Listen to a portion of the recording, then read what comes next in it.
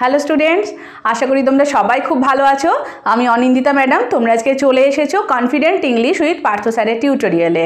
আজকের এই tutorial West Bengal council of higher secondary এডুকেশনের ক্লাস 11-এর ছাত্রছাত্রীদের জন্যে। আর আমি আজকে চলে এসেছি তোমাদের এই ক্লাসে তোমাদের ক্লাস 11-এর ফার্স্ট সেমিস্টারের টেক্সচুয়াল গ্রামারের সিরিজ নিয়ে। আমি এর আগে অনেকগুলো টপিক করিয়েছি, আশা করি তোমরা সবাই ভিডিওগুলো দেখেছো। যদি কেউ না দেখে থাকো তাহলে কি করবে, confident English with Parth sir এই চ্যানেলে যাবে, সেখানে ক্লাস 11-এর যে প্লে লিস্ট আছে সেখানে দেখবে প্রচুর ভিডিও আপলোড করা আছে। তার মধ্যে টেক্সচুয়াল গ্রামারেরও বেশ কয়েকটা ভিডিও আছে, তোমরা প্রত্যেকে দেখে নেবে। কেন টেক্সচুয়াল গ্রামারে কিন্তু তোমাদের 5 নাম্বার আছে এবং এটা তোমাদের ফার্স্ট সেমিস্টারের জন্য ভীষণ ইম্পর্ট্যান্ট। আর আজকের এই ভিডিও দেখার পর তোমাদের যদি ভালো লাগে তাহলে অবশ্যই লাইক করো, কমেন্টের মাধ্যমে জানিও তোমাদের কেমন লাগছে। আর confident English with Parth sir চ্যানেলটাকে এখনও পর্যন্ত যারা সাবস্ক্রাইব করোনি তারা তাড়াতাড়ি সাবস্ক্রাইব করে নিও পরবর্তী লিঙ্কগুলো সঠিকভাবে পাওয়ার জন্য। চলো, আজকে আমার টপিক হচ্ছে transformation of sentences. Transformation of sentences বলতে কি বোঝানো হয় দেখো, আমি বোর্ডে একটু সাম আপ করে নিয়েছি। Transforming or changing the form of a sentence without changing its meaning. Transformation of sentence মানে হচ্ছে বাক্যের মানে অর্থটাকে অপরিবর্তিত রেখে বাক্যটির রূপকে পরিবর্তন করা। কী রকম ব্যাপার, এটা তোমরা মাধ্যমিক পর্যন্ত প্রত্যেকে করেছো। যে ধরো কোনো বাক্য নেগেটিভ অর্থে আছে, সেটাকে আমাদের অ্যাসার্টিভ সেন্টেন্সে সদর্থক বাক্যে পরিণত করতে হবে। কোনোটা হয়তো আছে অপটেটিভ বাক্য, সেটাকে আমাদের করতে হবে এক্সক্লামেটরি সেন্টেন্স। কোনোটা আছে সিম্পল থেকে কমপ্লেক্স করতে হবে, কমপ্লেক্স থেকে কম্পাউন্ড করতে হবে। এই যে পরিবর্তনগুলো বাক্যের, এগুলোকেই বলা হয় ট্রান্সফরমেশন। কিন্তু এই ক্ষেত্রে একটা জিনিস মাথায় রাখতে হবে যে বাক্যের রূপ, বাক্যের ধরনটা পরিবর্তন হবে ঠিকই, কিন্তু অর্থ কিন্তু একই থাকবে, মানেটা কিন্তু অপরিবর্তিত রেখে আমাদেরকে এই ট্রান্সফরমেশনগুলো করতে হবে। এইবারে দেখো, এই যে ট্রান্সফরমেশন তোমরা করবে এর বিভিন্ন রূপ আছে। যেমন আমি এক্ষুনি বললাম যে ইন্টারোগেটিভ থেকে অপটেটিভ, অপটেটিভ থেকে অ্যাসার্টিভ, অ্যাসার্টিভ থেকে এক্সক্লামেটরি, এক্সক্লামেটরি থেকে ইন্টারোগেটিভ, এরকম বিভিন্ন রূপ আছে। আবার কিছু ক্ষেত্রে দেখা গেল হয়তো কোনো একটা ওয়ার্ড, সেটাকে আমরা নাউন হিসেবে ব্যবহার করেছি বাক্যে, সেটাকে হয়তো বলা হলো যে এটাকে অ্যাডভার্ব হিসেবে বাক্যে ব্যবহার করে নতুন বাক্য গঠন করো। তারপরে দেখো, যেটা তোমরা ডিগ্রি পড়েছো, পজিটিভ, কম্পারেটিভ এবং সুপারলেটিভ ডিগ্রি, সেই রকম দেখো কিছু ক্ষেত্রে হয়তো দেখা গেল যে অ্যাডজেক্টিভটা কম্পারেটিভ ডিগ্রির আকারে আছে, সেটাকে হয়তো বলা হলো যে বাক্যে সেটাকে সুপারলেটিভ ডিগ্রিতে পরিবর্তন করো। তো এই যে এগুলো পরিবর্তনগুলো, এরকম প্রচুর পরিবর্তন তোমাদের আছে। তো আমি আজকে যেটা ঠিক করেছি যে আজকে আমি তোমাদের সেন্টেন্সে যে 3টে ভাগ আছে, মেনলি সিম্পল, কমপ্লেক্স এবং কম্পাউন্ড, তো এই 3টে ভাগের যে ট্রান্সফরমেশন হবে সেগুলো আমি তোমাদেরকে শেখাবো। মানে সিম্পল সেন্টেন্স একটা দেওয়া আছে, সেটাকে কমপ্লেক্স সেন্টেন্সে ট্রান্সফার করতে হবে, বা কোনোটা কমপ্লেক্স সেন্টেন্স আছে সেটাকে কম্পাউন্ড করতে হবে, কম্পাউন্ড থেকে সিম্পল করতে হবে। এই যে ভাগটা, এইটা আমি আজকে তোমাদের বোঝাবো। তো এটা বুঝতে গেলে কি করতে হবে, সিম্পল সেন্টেন্স কাকে বলে, কমপ্লেক্স সেন্টেন্স কাকে বলে এবং কম্পাউন্ড সেন্টেন্স কাকে বলে সেটা আমাদের জানতে হবে, এবং তাদের বেসিক কিছু এক্সাম্পল তোমাদেরকে দিতে হবে। তো চলো, আমি আজকে তোমাদের এটা বোঝাই, আর এর পরবর্তীতে আমি ধাপে ধাপে বাকি জিনিসগুলো বোঝাবো, বাকি ট্রান্সফরমেশনগুলো বোঝাবো।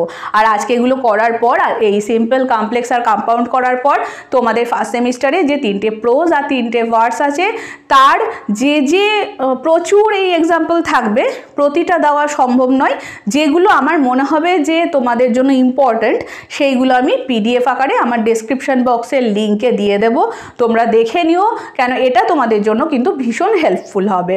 ওকে, তাহলে চলে এসো তোমরা। আজকে সিম্পল সেন্টেন্স, কমপ্লেক্স সেন্টেন্স এবং কম্পাউন্ড সেন্টেন্স কাকে বলে সেটা আমরা জানি। According to structure, sentences are of 3 types. গঠনগত দিক থেকে বাক্যকে 3টে ভাগে ভাগ করা যায়।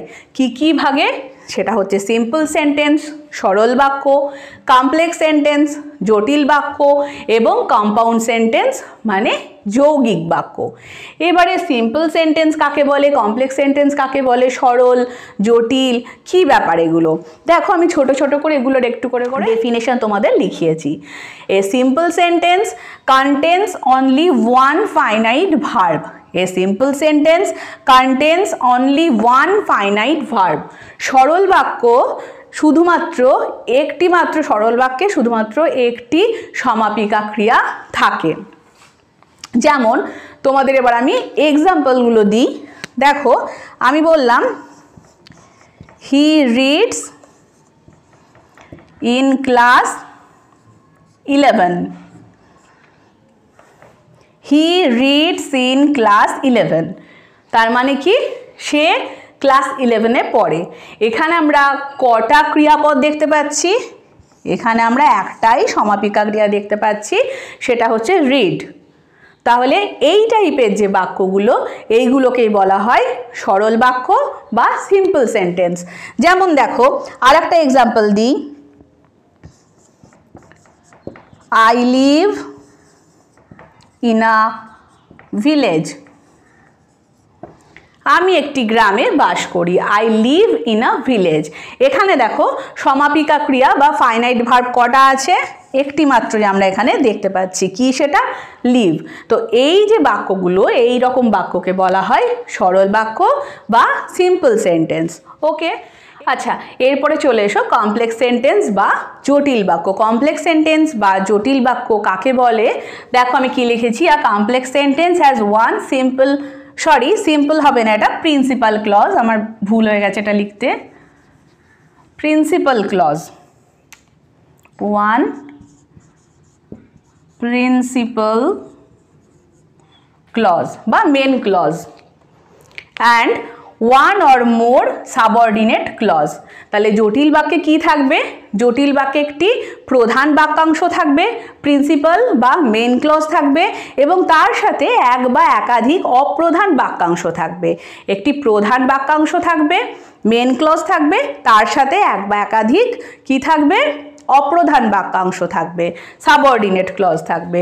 দেখো তাহলে এর উদাহরণগুলো কীরকম হবে, একটা দুটো উদাহরণ দিয়ে তোমাদের বোঝাই।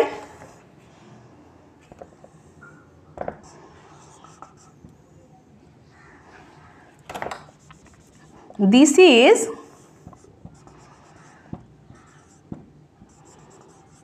the house where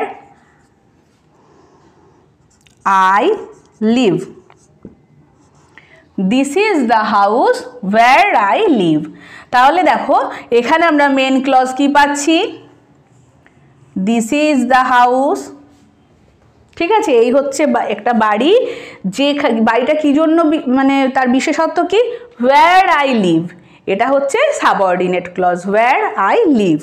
তাহলে এই রকম বাক্যগুলোই হচ্ছে কি? Complex sentence. তারপরে দেখো I know the man বা the boy, I know the boy who is honest,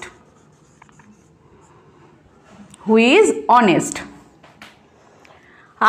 I know the boy, এটা হচ্ছে main clause.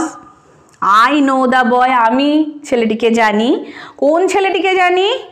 who is honest, যে হয় সৎ। ঠিক আছে, তাহলে এই হচ্ছে কমপ্লেক্স সেন্টেন্স। এরপরে চলে এসো তোমরা কম্পাউন্ড সেন্টেন্সে। কম্পাউন্ড সেন্টেন্সটা কীরকম হবে দেখো। কম্পাউন্ড সেন্টেন্সে আমরা কি দেখতে পাবো? Two or more independent clauses joined together by coordinating conjunction like and, or, but, etcetera. Coordinating conjunction, and, or, but এগুলোকে কোঅর্ডিনেটিং কনজাংশন বলে কিংবা লিঙ্কার বলে। ঠিক আছে, লিঙ্কার কথাটা তোমরা এর আগে সবাই শুনেছো।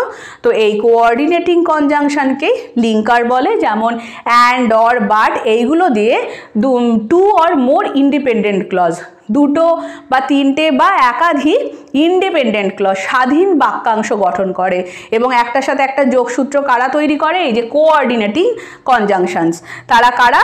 অ্যান্ড, অর, বাট এগুলোকে বলা হয় কোঅর্ডিনেটিং কনজাংশন বা লিঙ্ক। যেমন দেখো আমি তোমাদের এগুলো উদাহরণ দিয়ে বোঝাই, তাহলে সুবিধা হবে।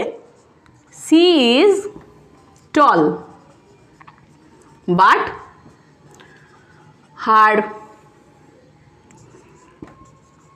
sister is short. খুব সোজা একটা বাক্য। কি বললাম আমি? She is tall, সে হয় লম্বা, but her sister is short, কিন্তু তার বোন হচ্ছে বেটে। এবার দেখো এই যে দুটো বাক্য সি ইজ টল, এটা কিন্তু একটা স্বাধীন বাক্যাংশ, তাই তো? সেখানে একটা ভার্ব আছে, সাবজেক্ট আছে, অবজেক্ট আছে, তো এটা একটা স্বাধীন বাক্যাংশ। আর হার সিস্টার ইজ শর্ট, এটাও একটা স্বাধীন বাক্যাংশ। এই দুটোকে আমি কি দিয়ে যোগ করলাম? বাট দিয়ে। এই বাট হচ্ছে একটা কোঅর্ডিনেটিং কনজাংশন বা লিঙ্কার। এই বাট দিয়ে আমি দুটো স্বাধীন বাক্যাংশকে যোগ করলাম। এই যে যোগ করা, এটাকেই বলা হয় কম্পাউন্ড সেন্টেন্স। ঠিক আছে? এইভাবে অ্যান্ড দিয়েও যোগ হয়, অর দিয়েও যোগ হয়। যেমন দেখো আমি আর একটা এক্সাম্পল দিই। Ram is a good boy and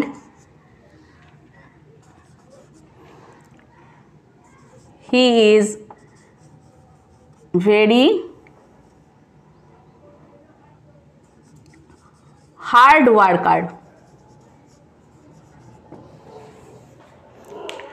Ram is a good boy, এটা একটা স্বাধীন বাক্যাংশ। অ্যান্ড এবং he is very hard worker, এবং সে খুব পরিশ্রমী। ঠিক আছে? তাহলে এটাও একটা স্বাধীন বাক্যাংশ। তাহলে দেখতে পাচ্ছ দুটো আলাদা আলাদা স্বাধীন বাক্যাংশকে আমি কি দিয়ে জয়েন করলাম? অ্যান্ড দিয়ে জয়েন করলাম। তো এটাই হচ্ছে কম্পাউন্ড সেন্টেন্স। তাহলে তোমরা বুঝতে পারলে যে কোনটা সিম্পল সেন্টেন্স, কোনটা কমপ্লেক্স সেন্টেন্স এবং কোনটা কম্পাউন্ড সেন্টেন্স। আমি আর একবার বলে দিচ্ছি, সিম্পল সেন্টেন্সের ক্ষেত্রে আমরা কি দেখতে পাবো? সিম্পল সেন্টেন্সের ক্ষেত্রে আমরা একটা মাত্রই সমাপিকা ক্রিয়া দেখতে পাবো। আর কমপ্লেক্স সেন্টেন্স বা জটিল বাক্যের ক্ষেত্রে কি হবে? জটিল বাক্যের ক্ষেত্রে আমরা দেখতে পাবো একটা প্রিন্সিপাল বা মেন ক্লজ, একটা স্বাধীন বাক্যাংশ, এবং তার সাথে দেখা যাবে সাবঅর্ডিনেট ক্লজেস, কিছু অপ্রধান বাক্যাংশ, এক বা একাধিক অপ্রধান বাক্যাংশ থাকবে। আর কম্পাউন্ড সেন্টেন্সে আমরা কি দেখতে পাবো? দুটো বা দুইয়ের বেশি স্বাধীন বাক্যাংশ কোঅর্ডিনেটিং কনজাংশন, মানে অ্যান্ড, অর, বাট, এই সমস্ত ওয়ার্ডগুলো দিয়ে লিঙ্ক করা থাকবে। তো এই যে ওয়ার্ডগুলো coordinating conjunction, and, or, but, এগুলোকে লিঙ্কারও বলা হয়। তো এইভাবে আমরা কম্পাউন্ড সেন্টেন্স গঠন করব। এরপরে আমাদের যেটা করতে হবে, যেটা আমাদের সিলেবাসে আছে, সেটা হচ্ছে সিম্পল থেকে আমরা কিভাবে কমপ্লেক্স করব, কমপ্লেক্স থেকে কিভাবে কম্পাউন্ড করব। চলো তাহলে এগুলো কিছু তোমাদের এক্সাম্পল দিয়ে দেখাই। সিম্পল থেকে কম্পাউন্ড, কম্পাউন্ড থেকে কমপ্লেক্স, এইগুলো করতে গেলে প্রথমে কিন্তু মাথায় রাখতে হবে যে কোনটা সিম্পল সেন্টেন্স, কোনটা কমপ্লেক্স সেন্টেন্স এবং কোনটা কম্পাউন্ড সেন্টেন্স। তবেই তোমরা খুব সুন্দর এবং খুব ইজিলি নিজেরাই সলভ করতে পারবে কোনটা থেকে কিভাবে কি ট্রান্সফার হবে। এবং মাথায় রাখতে হবে যে বাক্যটার অর্থ কিন্তু যেন একই থাকে, দুটো বাক্যের অর্থের মধ্যে যেন কোনো বৈষম্য না থাকে। দেখো আমি তোমাদেরকে একটা সিম্পল সেন্টেন্স দিচ্ছি। He is too weak to walk. ঠিক আছে? এটা হচ্ছে একটা সিম্পল সেন্টেন্স। এটাকে বলা হলো কি যে কমপ্লেক্স সেন্টেন্সে কনভার্ট করো। তখন আমি এটাকে কমপ্লেক্স করতে গেলে কি করব? He is too weak to walk, মানে তিনি এত উইক যে তিনি হাঁটতে পারছেন না, হাঁটতে পারেন না।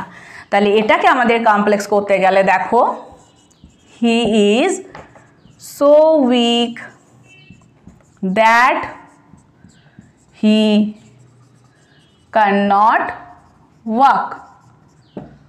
He is so weak that he cannot walk. তাহলে এটা হয়ে গেল কি কমপ্লেক্স সেন্টেন্স, তাই তো? হি ইজ সো উইক, তিনি এতই দুর্বল যে তিনি হাঁটতে পারেন না। That he can not walk. তাহলে এখানে আমরা সিম্পলে কি দেখলাম? এখানে আমরা দেখতে পেয়েছি একটাই ফাইনাইট ভার্ব, যে হি ইজ টু উইক, এই যে ইজ। কিন্তু এখানে আমরা কি দেখতে পাচ্ছি কমপ্লেক্স সেন্টেন্সে? দেখো যে একটা মেন ক্লজ এবং আরেকটা সাবঅর্ডিনেট ক্লজ। তাহলে এই হচ্ছে সিম্পল থেকে কমপ্লেক্সে ট্রান্সফার। এরপরে দেখো, I know the honest man.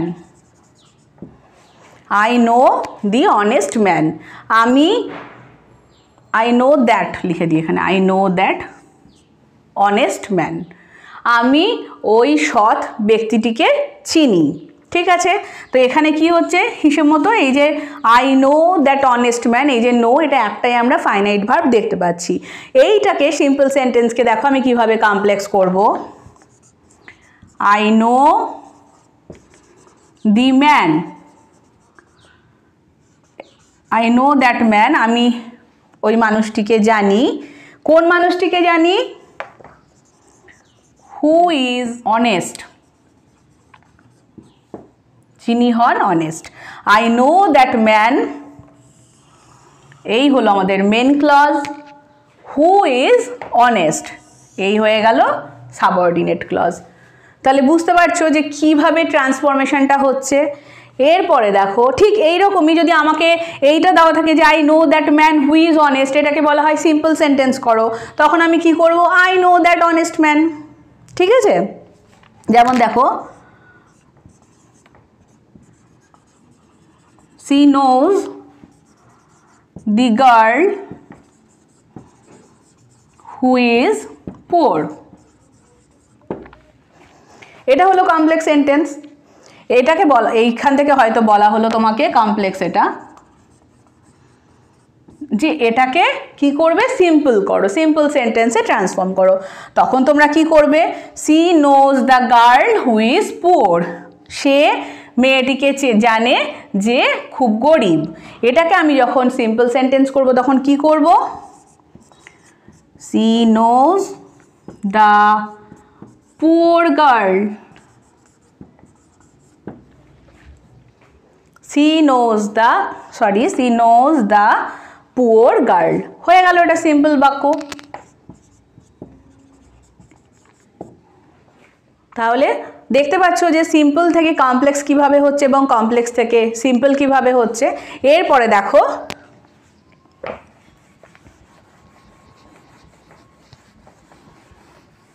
Simple থেকে কম্পাউন্ড কি করে হয় একবার দেখাচ্ছি।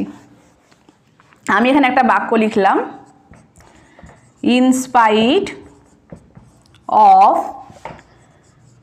Being poor he is honest. এটা একটা সিম্পল সেন্টেন্স।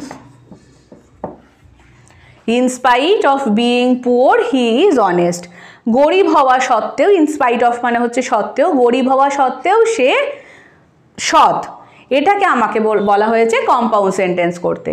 তাহলে আমরা কিভাবে কম্পাউন্ড সেন্টেন্স করব? দেখো কি লিখব, যে he is poor but he is honest, হয়ে গেল compound. He is poor but he is honest. আমরা কি দিয়ে জয়েন করলাম? বাট দিয়ে এখানে জয়েন করলাম। হি ইজ পুয়ার, এটা একটা ইন্ডিপেন্ডেন্ট ক্লজ, স্বাধীন বাক্যাংশ। এবং দেখো হি ইজ অনেস্ট, এটাও একটা স্বাধীন বাক্যাংশ। তাহলে বুঝতে পারছো যে সিম্পল থেকে কিভাবে কম্পাউন্ড হচ্ছে। ঠিক এইরকম যদি কম্পাউন্ড এখানে এইরকম থাকে যে he is poor but he is honest, এটাকে তুমি সিম্পলে করো, তখন আমরা কি করব? In spite of being poor he is honest. আর একটা দেখো কমপ্লেক্স থেকে কম্পাউন্ড কি করে করব।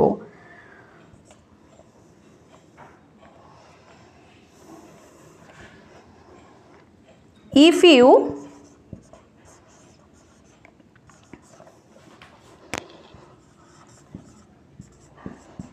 don't